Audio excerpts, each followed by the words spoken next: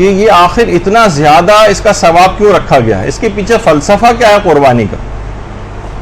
دیکھیے، سب سے پہلی بات تو یہ کہ پروردگار عالم اس کے ذریعے ایک تشویق دلانا چاہتا ہے اور ایک احساس کو بیدار کرنا چاہتا ہے کہ خدا کی راہ میں قربانی دینے کے عادی بنو۔ دیکھیے، کبھی کبھار ایسے مواقع زندگی میں آتے ہیں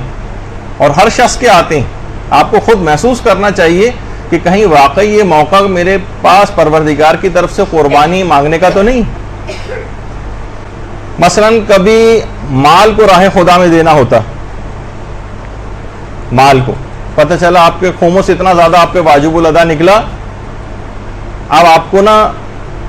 اس مال کو راہ خدا میں دے دینا چاہیے، لیکن اب کیا ہے، شیطان آ کر آپ کو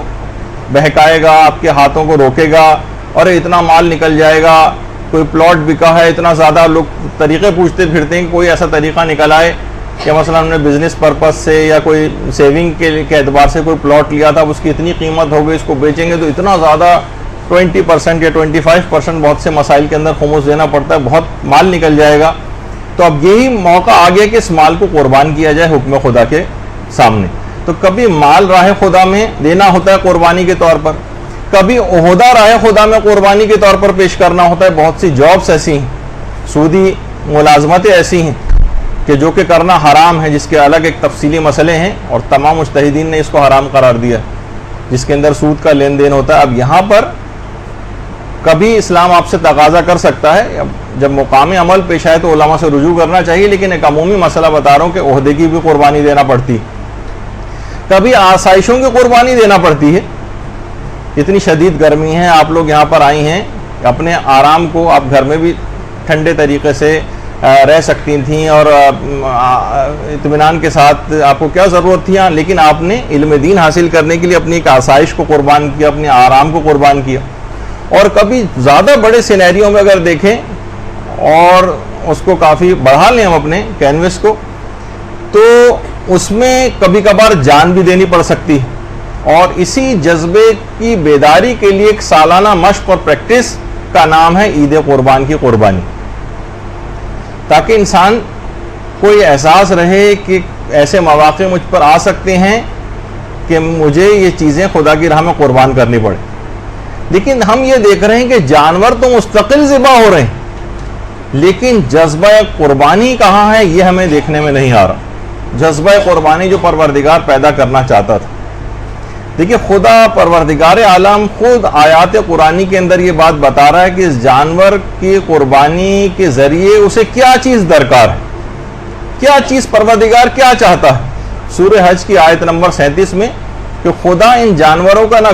خدا تک نہ ان جانوروں کا گوشت جانے والا اور نہ ہی خون، اس کی بارگاہ میں صرف تمہارا تقویٰ جاتا ہے، اخلاص نیت جاتی ہے۔ پروردگار نے خود اس کا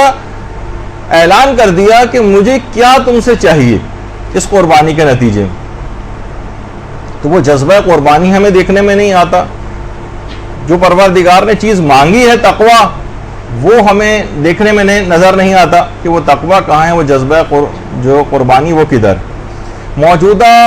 جو قتل و غارت گری چل رہی ہے اور شہادتیں ہو رہی ہیں، اس سے قطع نظر خون بہانا تو چھوڑیے، آپ یہ بتائیے کہ کب خدا کی راہ میں اپنے خون تو چھوڑیے پسینہ بھی بہایا؟ ایک رات کوئی ہم سوچ کے بتا دیں کہ جب ہم اسلام کے لیے اپنے آرام کو ہم نے ترک کیا ہو اور ایک رات بھی جاگے ہوں اسلام کے لیے،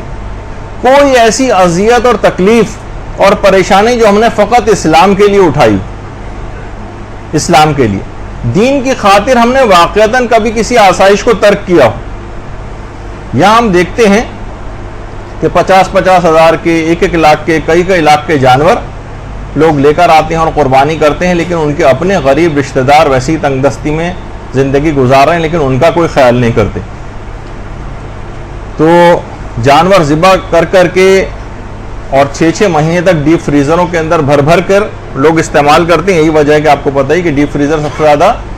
عید قربان اور اس سے قریب کی تاریخوں کے اندر جو ہے وہ بکا کرتے ہیں۔ تو غریبوں کی طرف توجہ کم ہے اور نہ ہونے کے برابر ہے، جبکہ اس جانور کی قربانی کے ذریعے پروردگار عالم 2 جذبے ہمارے اندر پیدا کرنا چاہتا ہے، ایک تو تقوی کا اور ایک قربانی کا، اور یہ دونوں ہی چیزیں ہم کو مفقود نظر آ رہی ہیں۔ اوروں کو تو چھوڑیے، خود ارباب اقتدار بھی ساری قربانی ہمیشہ غریب عوام سے مانگتے ہیں۔ بعض تو زبان حال سے یہ کہتے ہوئے بھی نظر آتے ہیں کہ پاکستان جو ہے وہ قربانیوں کے نتیجے میں وجود میں آیا ہے اور ہم اس قربانی کا گوشت کھانے کے لیے آ گئے۔ تو بہرحال یہ بڑے اس کے اوپر دیکھیں جا کر تو وہاں پر بھی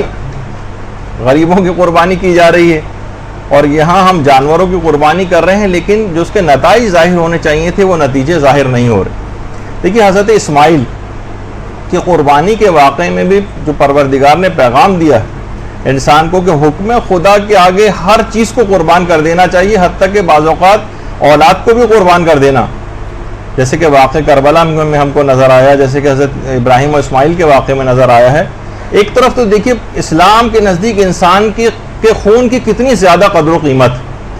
کہ وہ اس کو بے مقصد بہانا اسلام کبھی بھی پسند نہیں کرتا، وہ کسی بندے کو کبھی قتل ہوتے دیکھنا نہیں چاہتا، وہ صرف اس وقت اسلام قتل ہوتے دیکھنا پسند کرتا ہے یا خون بہاتے دیکھنا پسند کرتا ہے جب اس سے مقصود دین کی سربلندی ہو اور کفر و شرک کی نابودی ہو۔ چنانچہ حضرت اسماعیل کے اس پاک خون کو بچانے کے لیے گوسفند کو فدیے کے طور پر لایا گیا تاکہ یہ پاک خون حضرت اسماعیل کا محفوظ رہے، اور ضرورت پڑنے پر اسی حضرت اسماعیل کے پاک خون کو سیلاب بنا کر کفر و طاغوت کو اس میں بہا دیا جائے۔ یہ اس کا ایک خاص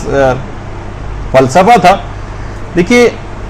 جانوروں کی قربانیاں تو پچھلی جو اور قومیں تھیں ان کے اندر بھی بہت جاری رہیں، کبھی اس کو بھینٹ کہا جاتا ہے کسی جگہ پہ، کہیں اس کو بلیدان کہا جاتا ہے، اور آپ کے ہاں بھی جس اعتبار سے قربانی ہوتی ہے۔ اور بہت سی قومیں ایسی گزری ہیں جو اپنے بچوں تک کو ذبح کر دیا کرتی تھیں، اور بعض اوقات جانوروں کو بھی ذبح کرتی تھی۔ تو حضرت ابراہیم نے یہ جو رسم چلی آ رہی تھی اس کو منسوخ کرتے ہوئے دمبے کو ذبح کیا، تاکہ ہمیشہ کے لیے اپنی اولاد کو ذبح کرنے کی جو رسم ہے اس کے اوپر بھی ایک خط تنسیق کھینچ دیا جائے اور آئندہ کوئی یہ کام نہ کرے۔